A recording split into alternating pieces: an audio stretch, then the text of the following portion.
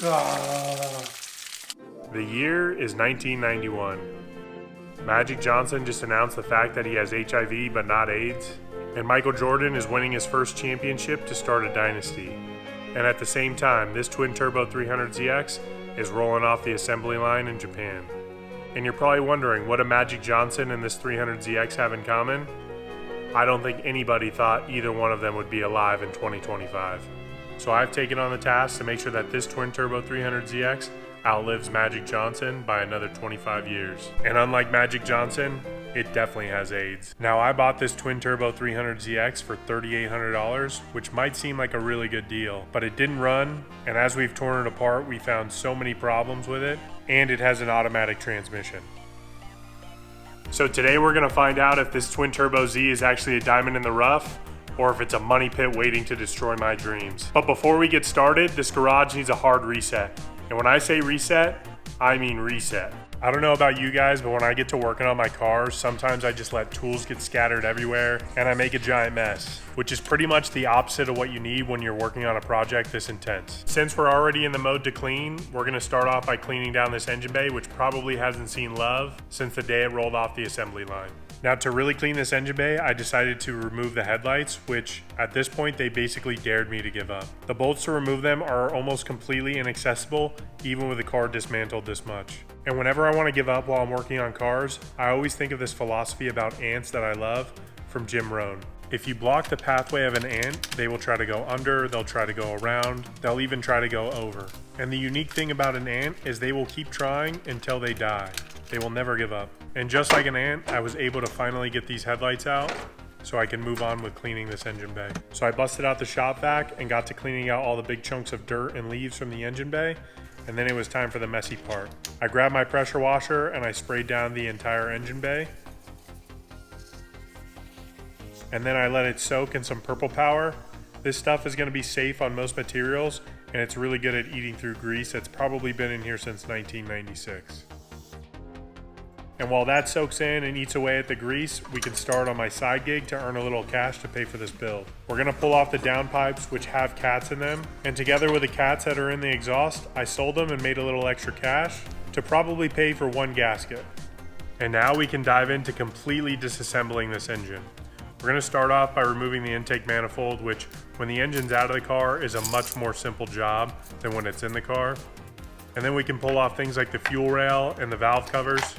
And under the valve covers was the namesake.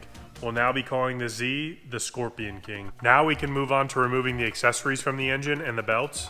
And pretty much any car that I've ever worked on that's older than 10 years old has a power steering leak. But this one blew all of those out of the water. I've never seen so much power steering fluid outside of the power steering lines and the power steering pump. Now, in an ideal world, when you're disassembling an engine like this, you'd like to look for parts that you can actually salvage and reuse on the rebuild. But one thing you want to be careful of is you don't want to salvage too many parts that are too far gone, because you'll end up having to rebuild this thing again in the future. The alternator is caked in power steering fluid, and even though it still works, I looked at prices of new ones and rebuilt ones, and it's about 150 bucks. So for me, the peace of mind, I'm gonna go ahead and pull the trigger on a new one. And same thing with the power steering pump. You can buy rebuild kits, but for the time and effort that it would take to rebuild, and my lack of experience rebuilding power steering pumps, I'd rather just leave that one to the professionals for the price. Now we can go on and tackle the timing belt so we can get the heads off. We're gonna remove everything associated with the timing of this engine, including the crank pulley. The air impact made easy work of the crank bolt. However, I don't have the correct tool to pull off the actual crank pulley, so we're gonna have to take a detour to Harbor Freight and maybe pick up some lunch. One of the things that makes working on cars so much easier is having the right tools, and Harbor Freight makes that possible for the average DIYer. I know a lot of their tools aren't the best quality, however they're super affordable, and if you're not going to be using them every day, they do the job just fine. So I grabbed a couple things that are going to make my life a little bit easier. So I grabbed a service cart here to make the garage cleaner, and then I've got a couple different gear pullers to get that crank pulley off.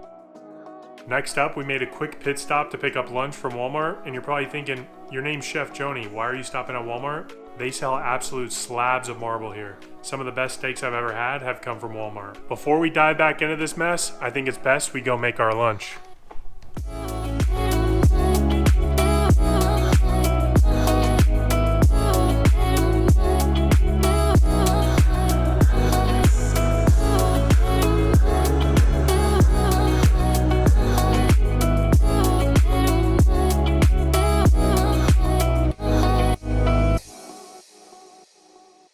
If you're wondering how I got that amazing sear on my steak, it brings up today's sponsor, Perfect Sear.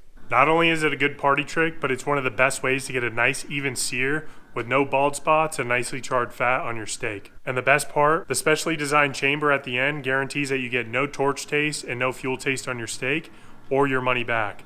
If you want to support these builds and you want to support the channel, make sure you go on chefjoni.us.com and grab a Perfect Sear right now for not only the best steak that you'll ever have, but also supporting the channel to continue these builds. With lunch out of the way, we can get right to pulling this crank pulley off. Traditionally, this is a pretty hard job. I've seen a lot of people online struggle with it, but having the right tools made this a breeze. But as you can see, the one I have is pretty chewed up, so we may have to source a used one since they no longer make this anymore. From there, I use the crank bolt to turn the engine to top dead center. That way we have everything lined up as we take off this timing belt. And once it was at TDC, I went ahead and removed all the tension from the belt, and the belt slid right off.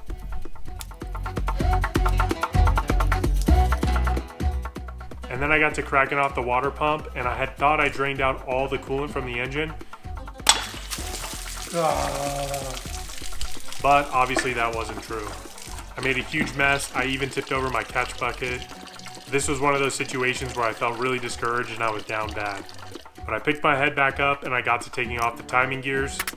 I was super careful and gentle when prying them off, and eventually they slid right off. Luckily they weren't too corroded or seized on there.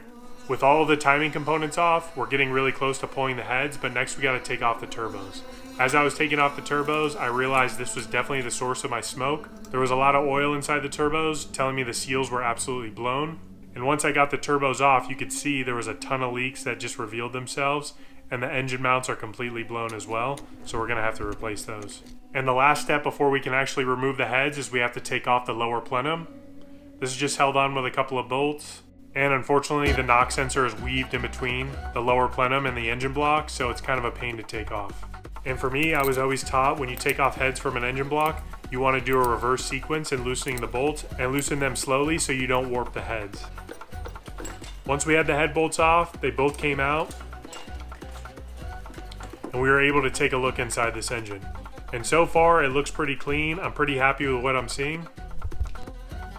So I went ahead and started organizing a lot of the parts. I know it looks like a disaster, but I know where everything is, so that's all that matters. And I went ahead and cleaned up this area. So at this point, I think it's best we start ordering some parts. That way they come in time by the time we clean everything up on the engine bay and the engine block. We got a lot done. There was definitely times where I was overwhelmed, but I'm super happy with where I'm at and how the project's going. So we just got to keep trucking along. And like an ant, we'll either get there or we'll die. So if you haven't already, make sure you subscribe to the channel. It definitely helps keep these builds going. And if you want to, drop a like on it, and I'll see you next week.